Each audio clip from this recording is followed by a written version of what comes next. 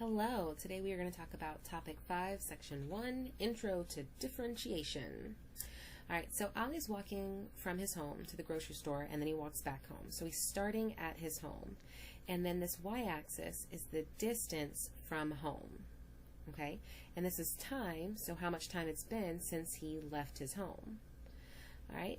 You can ask yourself you can answer a lot of questions about this diagram. You know, how far is the store from Ali's home? Assuming he didn't go any further than that. Rough estimate of that would be about 1,000 meters. Alright, how long did it take for Ali to get to the store? Well, we can assume when he stops, when he doesn't get any further than this point, that's when he's at the store. So I would assume that's about 15 minutes. Alright, how much time did Ali spend in the store? Well, I can assume that when he starts getting closer home, that's when he started getting, or heading back home, which is roughly at the 40-minute mark. But that's not how long he was in the store, that's just when he started heading home. So you've got to do 40 minus 15, so you get about 25 minutes in the store. Okay. Ali's average speed on the way back home, well, we can see that it took him about 20 minutes to go 1,000 meters. So 1,000 divided by 20 minutes gets you 50 meters per minute. Okay, so that's the average speed. Alright, then Ali's maximum speed along his journey. Okay, so we're going to get into that question a little bit later, but that is something that we'll be able to answer. But the average speed is what I wanted to talk about right now. So sometimes we don't want to know what the average for the whole thing was. We want to know what it is at a specific moment, okay? The rate of change at a specific time, an instantaneous rate of change, okay? And what's going to help us with that is something called limits. So let's first talk about what a limit is. Okay, so we've got this sequence of numbers, and let's start by finding the first few terms. Okay, so let's do the first term. We plug in 1. 6 minus 4 is 2. Then we get 3 plus 2 and get 5. So about 0.4. Not about, exactly. Silly me. Plug in 2. That's 12 minus 4 is 8. Then we get 6 plus 2, that's 8, we get 2. Plug in 3. We get 18 minus 4 is 14. We get 9 plus 2 is 11. So, let's see, if I'm going to compare numbers, I like to get them in decimal form. It's a little bit easier to visualize, in my opinion. So we get 1.27. Okay.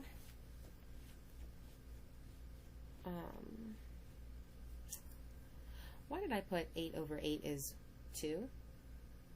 I'm so silly. I need you guys here so you guys can tell me I'm doing this wrong. 8 over 8 is 1. Silly me. Alright, the fourth term is going to be, plug that in, so 6 times 4 is 24 minus 4 is 20. 12 plus 2 is 14. So 20 divided by 14 is going to give me 1.428 blah blah blah. Alright, then we want to find the 10th term. So we can say 60 minus 4 is 56. 30 plus 2 is 32. 56 divided by 32 is 1.75. Alright, the 100th term. So 600 minus 4 is 596 over, let's see, we've got 300 plus 2, 302. 596 divided by 302 is 1.974, roughly. Okay, so without calculating the exact value, give an estimate of a to the 1,000. Well, based on this table, I would just go out on a limb and just say 2. Wouldn't you? All right. Because if we're going to go, we went from 10 to 100 and only went up 0.2, and we've got to go 900 more. Yeah, we're definitely going to hit 2, you would think. So this is one way we can find out what a limit is. We can just keep plugging in numbers and see what we get closer and closer to. All right. I like to use something called the Bill Gates rule. Okay, and Bill Gates has tons and tons of money. Now, of course, when I learned this rule, this was, early 2000s. I guess I should more like call this the Jeff Bezos rule.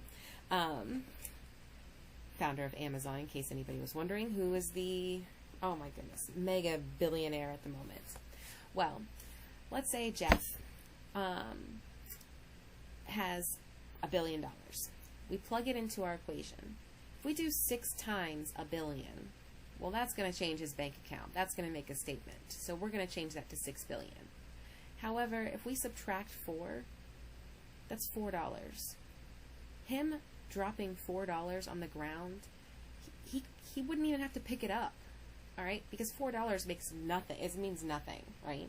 So here, 6 billion would be the top part, okay?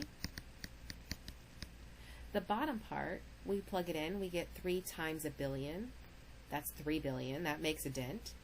Adding $2, that's change. Means nothing, right? So then he gets 6 billion over 3 billion, and notice what that roughly is. That is 2. That's what our limit is. It's something what it's approaching. Okay, your values are getting closer and closer, and maybe won't exactly be it, all right, but it's getting close. Okay. All right, so you may have, you may remember this from before, maybe in your Algebra 2 course, that we have something called a horizontal asymptote. Okay, that's what a limit is closely related to. All right, that's the very same concept. Okay, it's getting closer and closer. It's approaching. Okay. All right, so this comes from your cognitive textbook. All right, so here we want to write down the limit of this sequence. All right, use that fun rule, if you will. So 3 times $1 billion becomes 3 billion. Excuse me, I dropped 2, doesn't mean anything. I have on the bottom 2 billion plus 4 means nothing. So I get 3 over 2. So my limit is 1.5 or 3/2. That's all you got to do. That's what your limit is. All right, so now let's look at the population of the United States. Okay, so here we've got our graph. We've got it modeled by this function. All right, and we want to find the limit of this function. Okay, we can still use our Bill Gates rule here. Okay, so think about if I had $1 billion plugged in for t. So 0.03 of $1 billion, okay, still pretty large number, but notice then we have a negative of it. So e to some negative number, okay, I hope you remember, is the same thing as 1 over e to that number. Okay, so now we've got 1 over 2 to some massive number still. All right, that's a very, very, very, very tiny number. Very, very close to 0. Okay, so that turns this whole part into nothing, into 0. So now what we have is 189.4 over 1 plus 0. So our limit should be 189.4. And if we look at our graph, okay, we go from 151 to 200. What 190 is about there-ish. I probably should have used my straight line. Oh, notice what's happening besides my awfully crooked line. All right, our numbers are actually getting closer to that. All right, so that's our limit. Okay, so let's talk about what that means. Based on this, it's saying that we can keep growing, but we're going to hit a limit at 189 million people. Okay, that after this many years, we can't go past that. That's what it's saying, that we're going to level off at some point. Okay? All right, so let's look at this table on the temperature of a cup of tea. So we've got another equation. All right, the diagram below illustrates that function, and we want to find the limit of the function, and again, interpret what that means. Well, notice what we have again. We have another e to some negative number. Okay, well, that's doing 1 over some massive number, so that turns this whole thing into nothing. So our limit should be 19.8. Okay, what? All right, 19.8. All right, then the limit, so as the cup of tea is decreasing in temperature, it's going to stop. It's not going to keep getting colder and colder until ice, right? It's going to just become room temperature. So that's what it's talking about here. It's leveling off. So this is 19.8 degrees Celsius, all right, is the limit to which the how low we predict the tea will become. Okay. All right. So consider this function.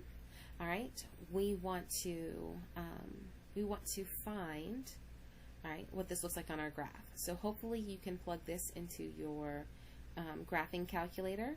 If not, let's see. I have this one in here. It takes a while for me to type it in, but just to show you, you go to y equals, and that's where you can type in your equations. Okay, your x button is right here. It's to the right of alpha. Okay, so if you need to type in x, that's where it is. I highly recommend that you use parentheses. You're going to have to do parentheses x squared plus x minus 6 in parentheses, then do the division symbol, and then do x parentheses x minus 2. When in doubt, use extra parentheses, okay, to make sure you get the same graphs. Okay, and then go to here, hit your graph button, and you can adjust the window manually on this button up here, or going to zoom and kind of messing with this standard ones there. Okay, let's see. So going back to here, you should have put both those in there, and then you want to graph it and see. Hopefully you saw these images. Okay, the two diagrams below show parts of the graphs. So we've got the big function, the blue one, and then our red one is here. Notice they're exactly the same except for this little dot right here. This one has an open circle, this one doesn't. Okay. So they should look almost identical, because if you notice this original equation, the one I have in blue up here, we can alter that. And hopefully when you saw x squared plus x minus 6, you thought, that's a quadratic. I should probably factor it. Okay? So that factors to x plus 3, x minus 2. So this is our f of x function. Well, isn't that handy? Because look, you have an x minus 2 on the top and an x minus 2 on the bottom. So we end up with x plus 3. But that's the g of x function. So why is it not the same graph? Why does that have a hole there? Okay, that's because it's the one we canceled. We can't have zeros on the denominator, right? The denominator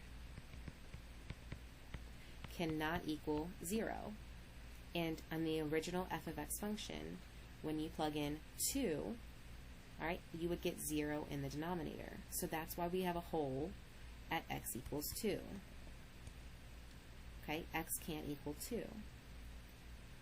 All right, so we have a hole in that graph, but we can still think of it as a limit. Okay, the number a is called the limit of the function. All right, as long as it gets close to a when x gets closer. Ugh, words, man. So on both sides, they're approaching that same value. Okay, you're getting, it's just it's like having a little jump, you know? It almost flows, okay? This graph, the one on the right, the red one, is a continuous graph. The one on the left is not continuous, okay? That's the difference in the vocab there. All right. Let's see. So we want to consider this function. We want to find the limit. Well, we could do it a couple different ways. We can plug stuff in, or we can logic it out. Okay? So the first thing is plugging stuff in. So literally plugging in f of, well, we can't plug in, I'm saying we're plugging in the limit of 1 because we're assuming we can't plug in 1. Okay? And that makes sense because if you plug in 1 into the denominator, you know it's going to be 0. 1 plus 2 minus 3. So we can plug in values close to 1. We can plug in 1.1. We can plug in 1.2. We can plug in 1.3 and see what those values, what they get close to as f is getting closer to 1, what those values are getting closer to. Okay? That's one option. I don't like that option because I don't want to plug stuff into that. Okay, that looks gross to me, so I like to factor. Okay, so that's what I'm going to do here. Okay, so I'm going to logic it out. All right, so here I know the denominator can factor to, what is that, x plus 3, x minus 1. Okay, so I want to get rid of the x minus 1. That's my problem. So let's divide it out of that numerator. Hopefully you remember synthetic division. Okay, so you can put x minus 1, whatever makes that 0, so 1.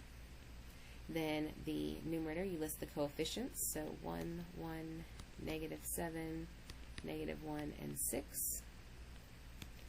Bring down the 1. Multiply, add, multiply, add, multiply, add, multiply, add, and this came out to be 0. Remember, that's our remainder, so that is good. We don't want anything left over. It should divide out nicely. So this is our new equation. All right, so this is our constant, our x, x squared, x cubed. I just counted up. So our numerator is now x cubed plus 2x squared minus 5x minus 6 all over x plus 3.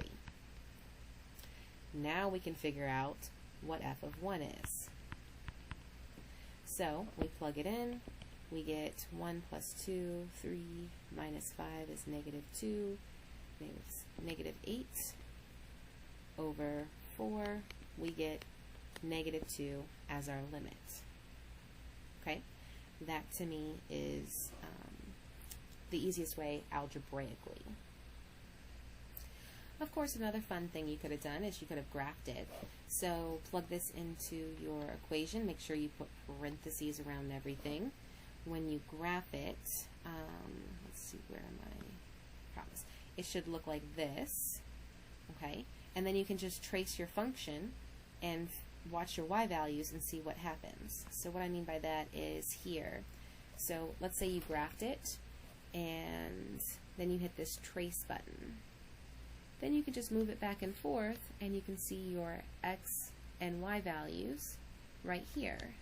Now this is not the right graph, so don't pay attention to this. This is something else, okay? But that's one way to get your y values easier, okay? You can also get a table. Let's see, second table, and there we go. All right, so a couple different options that you can do. Let's go back to the screen. All right. Okay, so let's talk about what a gradient is. Okay, so let's say we wanted to find the slope of the tangent line at a certain point. Okay, so now that slope would represent our rate of change. Okay, so that's what we're looking for. So we've got our graph, and we want it to happen at x equals 1. Okay, so we know it's at the point 1 comma, well, you plug 1 in and you get 1. All right, so we have to do, we want to find the slope. So that's the change in y over the change in x. So in our original equation, we had we would plug in x, and the output would be x squared. So the change in y's would be x squared minus 1, and the change in x's would be x minus 1. This is nice because we can factor it, and when we do that, we can simplify it to just x plus 1. Okay? So the slope when x is 1, all right, is going to be 1 plus 1, so 2. Okay, so our slope here, our gradient, would be 2. Now, that's pretty tedious, okay? And we could also plug in values and do things like that, all right? But we can also use our calculator, okay? It's a pretty lengthy process. So graphing calculators have built-in apps for this. So we get out our graphing calculator. This is what I had in my equation. I had y equals x squared. So we want to find the gradient at x squared, y equals x squared. So we plug that into our graph. Okay, now we've got the visual, we hit graph. And then we want to find the limit. So we want to hit the calc, so we do second trace. That gets us the calculate options. We want to go down and hit 6, so you can either scroll down or hit the number 6. Okay, and it's calculate the derivative at what point. The derivative is just another name for gradient. Okay, so we want to do it at x equals 1, so we can type it in. At x equals 1, hit enter, and notice our derivative, dy over dx, is 2. Okay, and that's what we wanted to do. So we can show it, we can easily check it with a calculator. Okay? Alright, so let's see. If we wanted to check the gradient, or use your calculator to find the gradient of the given graphs at the given value of x. Okay, so you use your graphing calculator, plug these in. You want it at these values, and you want to make sure you're getting this as your gradient. Okay, it's just a way to check yourself with your calculator. Okay, make sure you know how to find the gradient or derivative. Right, all the same thing. Okay, so what about a gradient function? I want to find my value at anywhere on here. Okay, that's the whole idea with a gradient function. Okay, so this is my slope at any point of my function, my original function. Okay, so so we want to find at what values, okay, a, b, and c, do we have the derivative is 0, the derivative is 1, and the derivative is negative 1. Okay. Okay, so for this graph, it said for some integers a, b, and c. So we can only look at 3 integers on this graph, okay, because we only have the integer at x is 0. All right, we have when x is 1, and we have when x is 2. So those are our options, okay? So x can either be 0, x can either be 1, or x can either be 2. Those are our integers. So we want to know the derivative at what value is going to give you the gradient 0. Okay, that slope of 0. Well, a slope of 0, a slope of 1, or a slope of negative 1. Well, let's look at each one of these. All right, the slope when x is 0, this slope is a negative slope. Okay, wow, that's a pretty awful looking line. Let me see if I can fix that. Okay, better, I guess. All right, here, when it's down here, almost kind of in the vertex of that parabola, you have almost a no slope. And then over here, you have what appears to be a positive slope. So, looks like we've just answered our question, okay? We have a 0 slope when x is 1, so a must be 1. We have a positive slope at x is 2, so b must be 2. And we have a negative slope when x is 0, so x must be 0. Let's check it. Perfect. We killed it. Okay? Let's do some more. Okay, so now we got the opposite. We've got the diagram below shows the derivative function. Okay? So we want, it's just a graph of all the slopes. Okay? So we want to find the gradient of the tangent to the function. I'm saying that all wrong. Find the gradient of the tangent to the graph of f at the points where x is -2, x is 1, and x is 3. It's basically asking for what's the slope at that point. Okay, well here's the graph of all the slopes. So where x is -2, all right, that's right here. All right, that means the tangent must be -9. Here, when x is 1, the tangent slope must be 0. And when x is 3, the tangent slope better be 16. Let's see. There we go. Awesome. All right, because this is a graph of the derivative. All right, the derivative is all your tangent slopes. Okay. Okay. I hope I'm making sense with this. Here's your graph. Okay, and all your slopes constantly change based on where you are on the graph. Okay, the graph of all those slopes would be on this. Okay, so this is a graph of the slopes at those values. Okay, those x values. All right, so the derivative of the function f is given by this. So here we have the derivative. We want to find the gradient of the tangent to the graph of f at the point where x is 5. So find the derivative when x is 5. So 2 times 5 minus 6, that's going to give us 10 minus 6, which is 4. Okay? So then we want to find the value of x at, that was the first part, so that's going to be 4. Let me change my color. Okay, so let's do this one. Find the value of x at the point where the tangent to the graph is horizontal. So we know this is the tangent. So we want to know, what do we have to plug in to get a horizontal line? Or horizontal line is when it's 0. So we solve it for this, and we get x must be 3. Okay? All right, so rate of change. So we talked about this at the beginning, the first slide, and we want to talk about the average rate of change. Okay? Okay, so for this one, you wanted to find his rate of change at any time. Okay?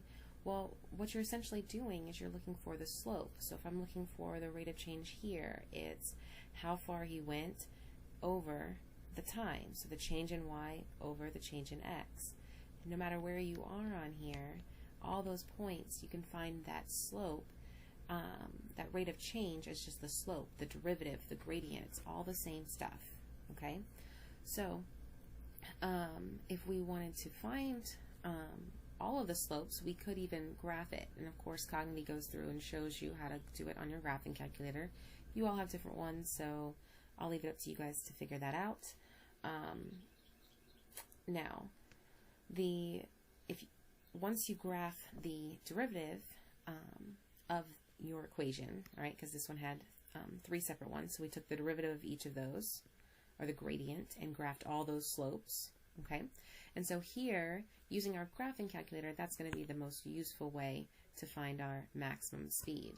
And you can see here, the maximum speed, the highest, or the fastest that she went was 100 meters per minute. Okay. Again, we'll get to more complicated, well, more by hand stuff later, but you want to be able to use your graphing calculator, be able to utilize that, okay? So, all of this is talking about slopes, rate of change, velocity. It's all the same, okay? So here, our velocity, all right, it's talking about a certain position, okay? Words, man. How do I write? Okay. Okay. Let's just look at the problems. That's the best way I can do these. Okay. So here we've got our population. Okay. So we want to use the model to find what rate the population was changing in 1800, 1850, and 1900. Okay. So we want to find that rate of change. So for this one, all right, when we go back to our population one, it helps to be able to graph it. So hopefully you guys are able to graph these on your calculator and you see this is the derivative function. Okay, so if we wanted to start by saying finding the derivative at 0, we get, what is that, 0.162? Okay, so the population is growing at a rate of 0.162 million people per year, okay, because that's a positive number, so that means it's a positive slope. Okay, and here we can trace them all, right, and find what our answers are going to be. So our derivative at 0, 50, and 100, you should get these based on your graphs. Okay, explaining how the model predicts the rate of change. Well, we see on our graph that it steadily increased at a faster and faster rate each year until about what is that, 115 years, or 112, says it right there. After 112 years from 1800, so 1912, that's when we suddenly stopped increasing our population at a fast rate, okay? It's still positive. All these values are still positive, so our population is always growing, okay? But when we get over here, it's not growing nearly as fast as it is right here. Okay, so around 1912 is when we started not increasing as fast. Okay, so let's interpret the next one. Okay, so this goes back to the cup of tea. Okay, so we want to find the average rate of change of temperature in the first 20 minutes, the first 5 minutes, and the initial rate of change. Okay, okay, so we're going to start by finding the average rate of change of temperature in the first 20 minutes. So I'm going to use this graph. So in the first 20 minutes, we went from 69 degrees to 31. So that was a decrease of, 38 degrees. Okay, so we decreased by 38 degrees in the matter of 20 minutes. Okay, so our average rate of change is negative 1.9. Okay. All right, then let's see, so that was our first one, which was right here. Number 2, all right, the average rate of change of temperature in the first 5 minutes. We do it the same way. In the first 5 minutes, we went from 69 degrees to 54 degrees. So that was a 15-degree drop, so that's a negative as well. All right, negative 15 over 5, so that is negative 3. So let's see how we did. Oop. Negative 3 it is. Okay, so the next one, all right, number 3, our last question. Okay, find the initial rate of change of temperature. So the initial rate of change would be when it's 0, but we want to find the rate of change. So that's not the average rate of change, so that's our derivative. So we take our derivative of this and we can plug that into our graphing calculator, pull out a handy dandy number, and I believe it is negative 3.66. Okay, so you could say used calculator. Okay. All right, so let's see. That should wrap up everything you needed for the first part of derivatives. Okay, please come see me if you have any questions.